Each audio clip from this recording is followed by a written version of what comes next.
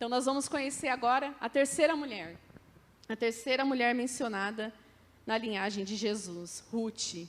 Ruth, irmãos, ela não tem apenas um capítulo, ela tem um livro inteiro dedicado a ela.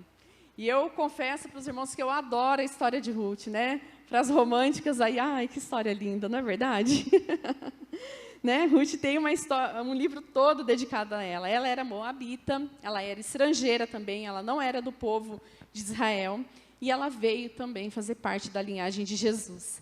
E ela é lembrada pela fidelidade dela, à sogra dela. Olha que incomum também, não é? Ela é lembrada por isso, pela fidelidade, né, dela, à sogra dela. Após a morte do seu marido, Noemi não tinha outro filho que Ruth pudesse casar, né, cumprindo aquela lei que existia naquela época, a lei do levirato. Então, ela estava livre de qualquer obrigação, ela podia voltar para a casa dos seus pais, para o seu povo, para o seu país, para a sua cultura. Ela não precisava ficar com a sogra dela. Porém, irmãos, ela decidiu ficar com a sogra e fez a declaração de amor mais bonita que eu já li, que eu escutei. Vou ler aqui para vocês conhecerem qual é essa declaração de amor. Ruth, porém, respondeu à sua sogra: não insista comigo que te deixe e não te acompanhe. Aonde fores, irei. Onde ficares, ficarei. O seu povo será o meu povo. O teu Deus será o meu Deus. Onde morreres, morrerei, e ali serei sepultada. Que o Senhor me castigue com todo o rigor, se outra coisa que não a morte me separar de ti. Uau, imagina ouvir isso de alguém? Foi uma bela declaração de amor, não é verdade? Eu adoro esse livro. A fidelidade de Ruth, a sua sogra, e a Deus, fez com que ela conhecesse Boaz. Né? Talvez ela visse ali aquela situação, né? Agora eu sou uma viúva, vou cuidar com a minha sogra, não tem mais nada de novo para mim. Mas Deus tinha uma nova história para Ruth também. E ela conheceu Boaz, um homem poderoso e rico, descendente de Judá. E Ruth casa-se com Boaz. E depois ela será a bisavó do rei Davi. Olha como o Senhor transformou a história de Ruth. Né? E Ele conhece, irmãos, Ele conhece o seu coração. Assim como Ele conhecia o coração de Ruth também. Talvez, né, algumas pessoas podem ter pensado, ela está fazendo isso para parecer boazinha, né, para as pessoas. Mas não, o Senhor conhecia o coração dela, conhecia as intenções dela. Em 1 Samuel 16, 7b, diz assim: o Senhor não vê como o homem vê, pois o homem vê o que está diante dos seus olhos, porém o Senhor olha para o coração. O Senhor, Ele olha para o coração. A gente só vê o que está aqui, ó, à vista, né? Vamos dizer assim, essa carcaça aqui, é isso que o homem vê. O Senhor, Ele vai mais além, Ele conhece, Ele sonda, né, os seus pensamentos, Ele conhece o seu coração. E o Senhor conhecia também o coração de Ruth. Né? Que nós possamos também dizer como o salmista, em Salmo 139, 23, 24, que diz: sonda-me, ó Deus, e conhece o meu coração, prova-me e conhece os meus pensamentos, vê se há em mim algum caminho mau e guia-me pelo caminho eterno. Amém? Que essa possa ser a nossa oração também nessa noite. Né? Sonda-me, Senhor, vê se há algo em mim, vê se há algo em mim, algum caminho mau, vê se há algo em mim que tem me afastado de Ti, vê se há algo em mim que tem me impedido de Te buscar verdadeiramente, vê se há em mim, Senhor, algum pecado que talvez eu esteja ali fazendo e não estou enxergando que isso está me prejudicando a minha fé, e guia-me pelo caminho eterno. Que a nossa oração nessa noite possa ser como a desse salmista também. Amém? Então, vamos conhecer a quarta mulher, Batseba.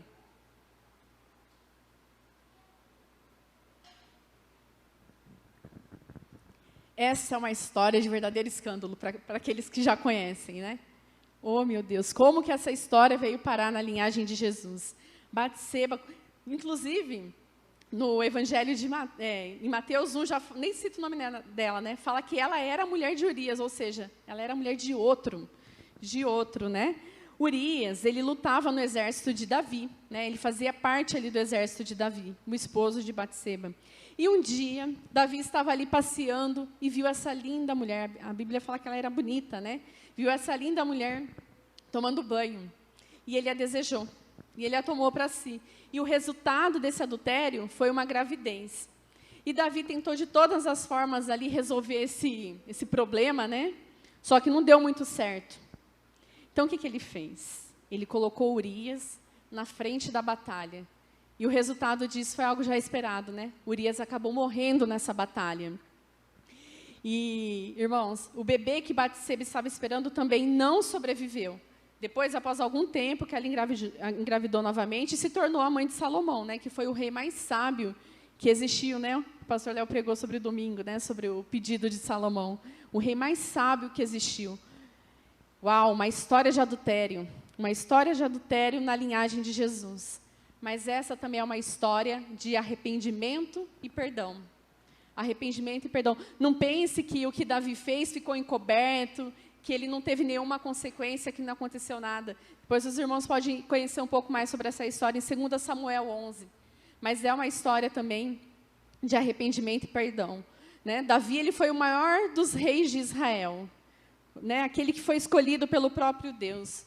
Foi com ele que o Senhor fez uma promessa, uma aliança especial, prometendo-lhe que estabeleceria o seu trono para sempre. E da sua linhagem viria o Messias, né? O Messias prometido.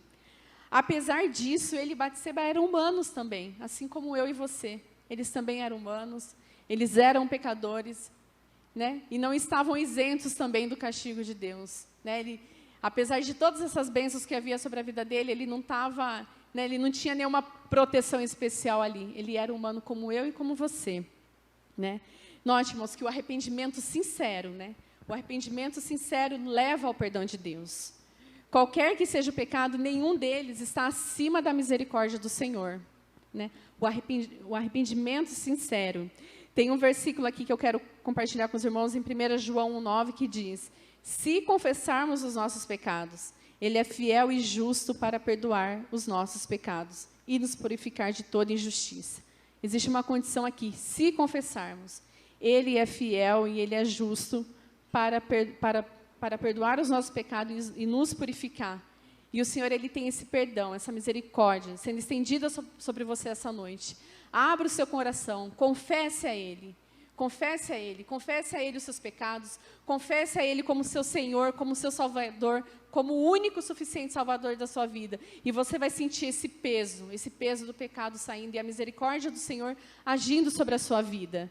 Né? Não perca a oportunidade, irmãos. Hoje, né, se você que já confessou também o Senhor Jesus como o único Salvador, e tem aí, né, segurado, não está deixando Ele completar a boa obra que Ele já iniciou, confesse a Ele hoje também. Fala: Senhor, eu estou segurando umas coisas aqui que está difícil de soltar, e eu quero entregar diante do Senhor hoje. E você vai sentir essa misericórdia do Senhor, transformando, restaurando, mudando, né, e escrevendo uma nova história para você. Amém? Nós só seremos capazes de nos perdoar se recebermos esse perdão do Pai também. Amém? Vamos conhecer aqui, irmãos, a quinta mulher mencionada na genealogia de Jesus, Maria. Maria, ela é mencionada no versículo 16, mas em todos os evangelhos a gente pode conhecer um pouquinho mais sobre a história de Maria também. Maria, ela foi a mulher escolhida por Deus para ser a mãe de Jesus. Maria tinha um casamento marcado com José. Porém, antes, né, ela tinha esse compromisso, ela já estava noiva de José. Só que antes do casamento, o anjo Gabriel a visitou e disse que ela daria a luz ao Messias. E ela se colocou inteiramente ali ao serviço do Senhor. Né? Talvez ela tenha ficado um pouco temerosa, né, com a situação. Como assim? Eu vou dar a luz a um filho e eu não estou casada ainda, eu não tenho marido, como que isso vai acontecer? Mas ela confiou na palavra do anjo Gabriel ali, ela confiou nas promessas que o Senhor tinha para a vinda do Messias também. E com isso, né, ela contribuiu para a encarnação do nosso Salvador, Salvador da humanidade. José, ele até pensou em desfazer esse compromisso que ele tinha com Maria, só que o anjo Gabriel também o visitou e o exortou. Né? E ele aceitou essa exortação do anjo e se casou com Maria. E uma coisa nós temos que aprender com Maria aqui. Uma coisa muito importante: confiar e acreditar nas promessas de Deus. E o Senhor tem promessas para você também. Né? Nós temos que acreditar e confiar nas promessas do Senhor. Porque não existe, irmãos, melhor lugar para se estar se não for no centro da vontade do Senhor. E Maria entendeu isso. Né? Talvez ela pudesse ser julgada ali em algum momento, talvez ela não entendesse muito como que isso vai ser, mas ela confiou e acreditou. Acreditou nas promessas do Senhor. Ela entendeu isso. Que ali, né, naquele lugar onde ela estava, era o melhor lugar para ela se estar, que era o centro da vontade do Senhor. E você? Você está no centro da vontade de Deus? Pare para pensar um pouquinho sobre isso. Você está fazendo aquilo que o Senhor... Você está cumprindo aquilo que o Senhor tem para cumprir através da sua vida? Você está no centro da vontade do Senhor? Né? Salmo 37, versículo 3 e 5 diz assim: confie no Senhor e faça o bem, assim você habitará na terra e desfrutará segurança. Deleite-se no Senhor e Ele atenderá os desejos do seu coração. Entregue o seu caminho ao Senhor, confie nele e Ele agirá. Né? Nós temos que confiar e acreditar. Essas são histórias, irmãos, que nós podemos ver claramente a soberania de Deus. Talvez sejam histórias incomuns, né? Que a gente olha e fala, uau, como que essa história veio parar aqui na linhagem de Deus? Mas a gente pode ver de uma forma muito clara a soberania de Deus na escolha daquilo que é improvável para cumprir os seus propósitos. Porque o Senhor tinha propósitos, né, na vida dessas mulheres. E o Senhor tem propósito nas suas vidas também, em nossas vidas. Né? Não é história de pessoas perfeitamente santas, mas de pecadores preservados pela graça de Deus para o cumprimento da sua promessa. E que promessa é essa? Né? O que essas cinco mulheres, né, o que essas 5 histórias nos levam? A uma única história, a história da redenção, através do nascimento de Jesus Cristo. Né? Em Mateus 1, capítulo 1, versículo 21, diz: dará à luz um filho, e chamarás o seu nome Jesus, porque ele salvará o seu povo dos seus pecados. Ele é o cordeiro que Deus providenciou para derramar o seu sangue em favor de nós, cuja necessidade de graça e de perdão a gente vê exemplificada através da vida dessas mulheres. Né? E é justamente isso que o Senhor quer nos mostrar nessa noite, a sua graça. Né? A sua misericórdia, o seu perdão, é isso que Ele tem para nós, e Ele tem uma nova história para mim e para você. Nós só temos que acreditar e confiar, amém? E Ele quer escrever essa nova história para você. Talvez não seja uma história cheia de flores, né? Uma história só de dias ensolarados, ou romântica, assim como foi, né, no finalzinho ali para Ruth. Talvez não seja assim.